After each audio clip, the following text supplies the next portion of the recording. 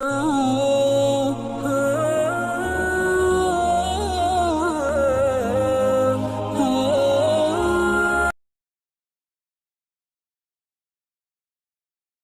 اسلام کے پہلے خلیفہ حضرت ابو بکر صدیق رضی اللہ عنہ، اسلام کے دوسرے خلیفہ حضرت عمر فاروق اعظم رضی اللہ عنہ، اسلام کے تیسرے خلیفہ حضرت عثمان غنی رضی اللہ عنہ، اور اسلام کے چوتھے خلیفہ حضرت مولا علی رضی اللہ عنہ۔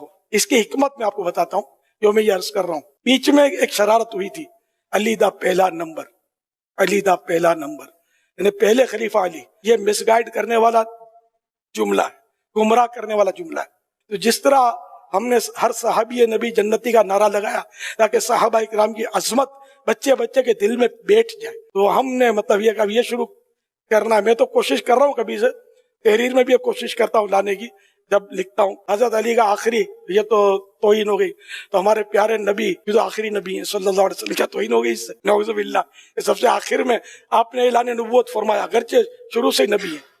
تو یہ مطلب اپنا ایمان مضبوط رکھیں۔ تیسوں سے اس کے دلائل موجود ہیں کہ یہ مطلب چاروں کے جو نمبر اہل سنت کے نزدیک ہے وہ برحق ہے۔ ہر صحابی نبی جنتی جنتی، سب صحابیات بھی جنتی جنتی، پیارا نبی جنتی جنتی، حضرت صدیق بھی جنتی جنتی، حضرت فاروق بھی جنتی جنتی، عثمان غنی جنتی جنتی، فاطمہ اور علی جنتی جنتی، فاطمہ اور علی جنتی جنتی، حسن بھی حسین بھی جنتی جنتی، والدین نبی جنتی جنتی، ہر زوج نبی جنتی جنتی، ہر صحابی نبی جنتی جنتی، جنتی جنتی جنتی جنتی۔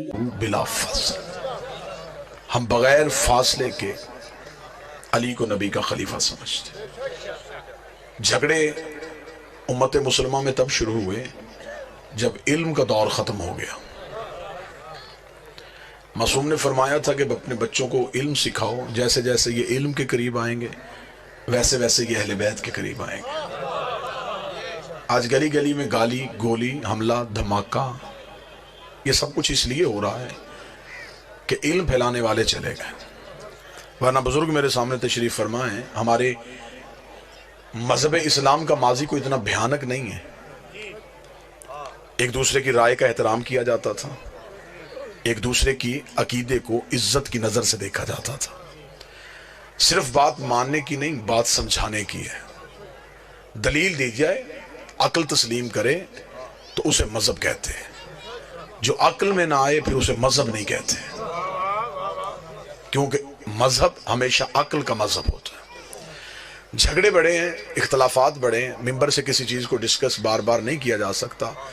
لفظ کہہ دیتا ہوں، جو ابتدائی تناظر ہے، جو ابتدائی جھگڑا ہے قبلہ شرائع صاحب، وہ جھگڑا یہ ہے کہ بعد از رسول امت مسلمہ میں ایک نظریہ خلافت کا قائل ہے، ایک نظریہ امامت کا قائل ہے۔ ٹھیک ہو گیا؟ ایک نظریہ کہتا ہے کہ بعد از رسول سلسلہ امامت شروع ہوا، جناب امیر المومنین سے لے کے جناب مہدی تک یہ سلسلہ امامت ہے، یہ نبی کے وارث بھی ہیں، دین بھی انہی سے لینا چاہیے۔ آپ میری تائید فرمائیں کہ میں جو کہہ رہا ہوں وہ آپ نے پہلے سنا ہوا اور یقیناً ایسا ہی ہے۔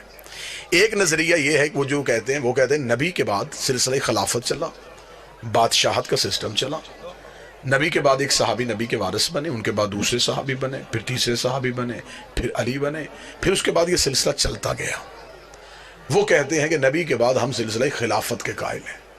جھگڑا نہیں، لڑائی نہیں، بحث نہیں، دونوں عقیدوں کو دیکھ لیتے ہیں کہ دونوں عقیدوں کی بنیاد کیا ہے۔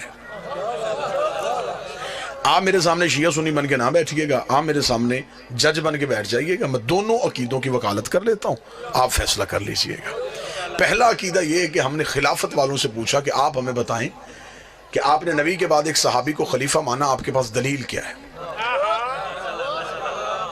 میں دلیل سے ماننا ہے نا، آپ ہمیں دلیل دے دیں۔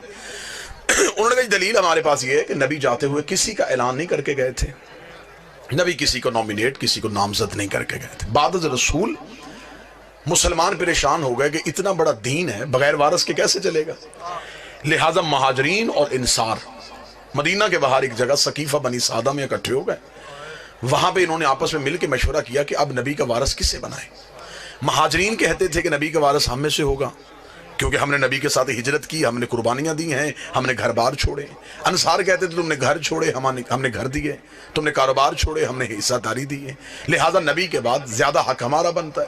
مہاجر چاہتے تھے وارث ہم میں ہو, انصار چاہتے تھے وارث ہم میں ہو. جو لفظ میں کہہ رہا ہوں یہ کسی مسجد کے مولوی کی بات نہیں میں کر رہا.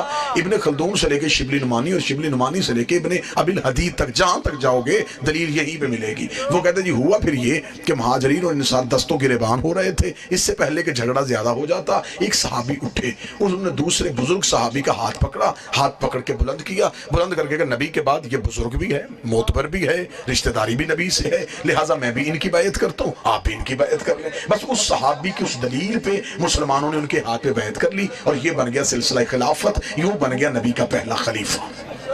ٹھیک ہو گیا. اب ہم چلے گئے امامت والوں کے پاس. ہم نے کہا جی آپ ہمیں بتائیں آپ نے نبی کے بعد علی کو مانا, دلیل کیا ہے؟ وہ کہتے دلیل یہ ہے کہ نبی کی زندگی میں رسول نے آخری حج پڑھا, 1.25 لاکھ صحابیوں کے مجمع میں نبی نے پلانوں کا ممبر بنایا, ممبر بنا کے نبی نے علی کا ہاتھ پکڑ کے صحابہ کے سامنے بلند کیا اور بلند کر کے علی کی مولائیت کا اعلان کر دیا. لہٰذا ہم نے وہیں سے سلسلہ امامت کو لے لیا ہے. جھگڑا ختم ہو سکتا ہے اگر ذہن سے شیعہ سنی کی ضد نکال دی جائے. ایک خلیفہ بنا نبی کے جانے کے بعد, ایک کا اعلان ہوا نبی کی زندگی میں, ایک صحابیوں کے مجمع میں, ایک غدیر کے مجمع میں. ایک کا ہاتھ صحابی نے پکڑ کے بلند کیا, ایک کا ہاتھ نبی نے پکڑ کے بلند کیا. ضد نہیں کرنی کہ میں اہل سنت ہوں, اہل حدیث ہوں, صرف گھر میں جا کے اتنا سوچنا ہے کہ قرآن میں اطاعت صحابی کی واجب ہے یا نبی کی واجب. قرآن میں اطاعت کس کی واجب؟ قرآن میں کس کی اطاعت واجب؟ اگر تو قرآن میں اطاعت ہے نبی کی واجب تو پھر جس کا ہاتھ نبی نے بلند کیا, دیکھیے بالکل میں وسوع کے ساتھ جملہ کہہ رہا ہوں, صحابی کی عزت کا حکم ہے, اطاعت کا نہیں, کیونکہ اطاعت ہوتی ہے صرف معصوم کی.